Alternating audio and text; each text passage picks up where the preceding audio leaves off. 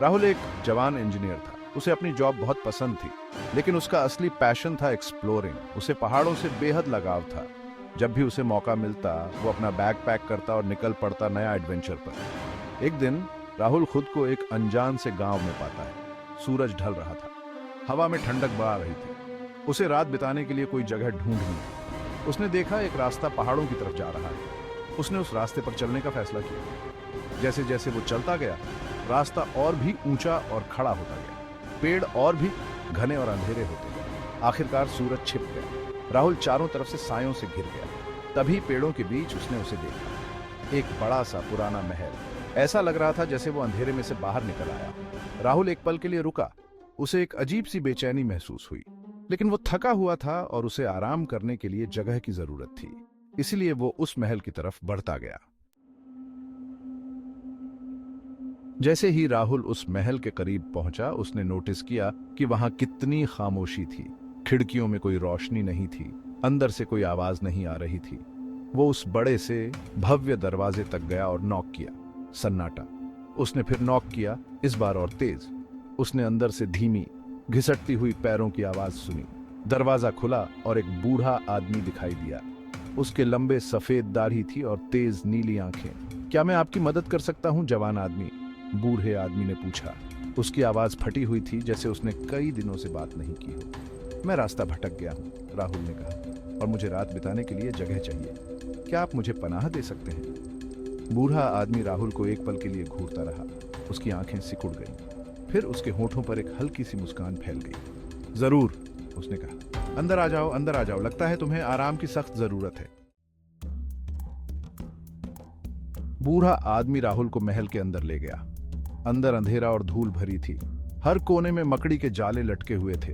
वहां ठंड थी, जितनी होनी चाहिए थी उससे कहीं ज्यादा।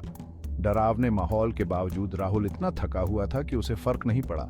उसने बूढ़े आदमी का उसके मेहमान नवाजी के लिए शुक्रिया अदा किया। बस एक बात, बूढ़े आदमी ने कहा। उसकी आवाज एक फुसफुसाहट में बदल गई। किसी भी हालत में आधी रात के बाद अपने कमरे से बाहर मत निकलना, समझ गए? राहुल को बूढ़े आदमी की चेतावनी अजीब लगी, लेकिन वो इतना थका हुआ था कि सवाल नहीं कर सका। उसने सहमति में सिर हिलाया और उस कमरे में चला गया जो बूढ़े आदमी ने उसे दिखाया था।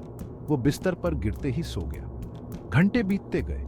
महल के अंदर कहीं एक बड़ी घड़ी ने 12 बार बजकर आधी रात होने की घोषणा की। राहुल गहरी नींद सो रहा था, बेखबर उस भयानक खामोशी से जो पूरे घर में छा गई थी।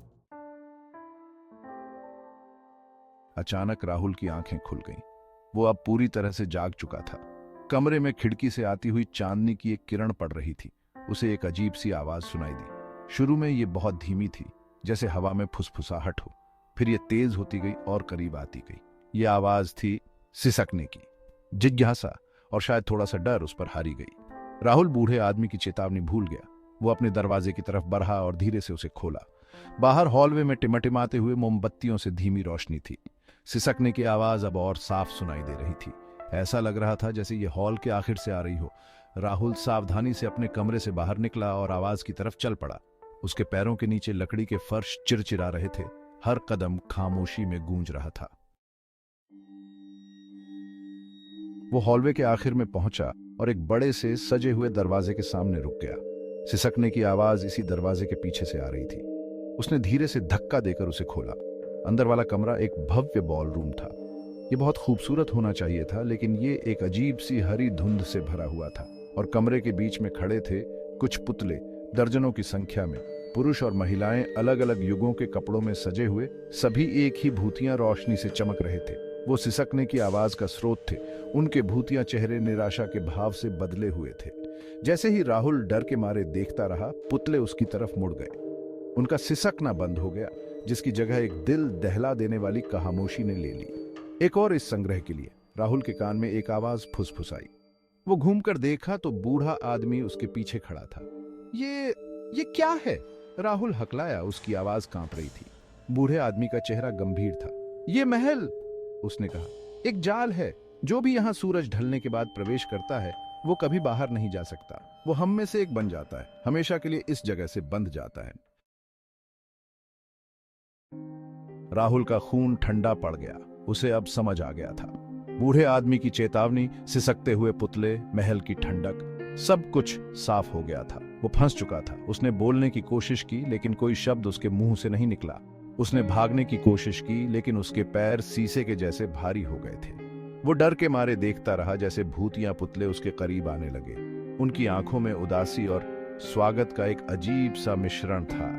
धीरे धीरे राहुल ने महसूस किया कि उसके शरीर में एक ठंडक फैल रही है। उसने अपने हाथों की तरफ देखा और अविश्वास में देखा कि वो गायब होने लगे हैं। वो उनमें से एक बनता जा रहा था। अंधेरे में डूबने से पहले आखिरी चीज जो उसने देखी वो थी बूढ़े आदमी का चेहरा। उसकी आंखों में कोई द्वेष नहीं था, बस एक गहरा अनंत दुख था। वो भी महल का एक कैदी था, बाकी सबकी तरह, और अब राहुल भी।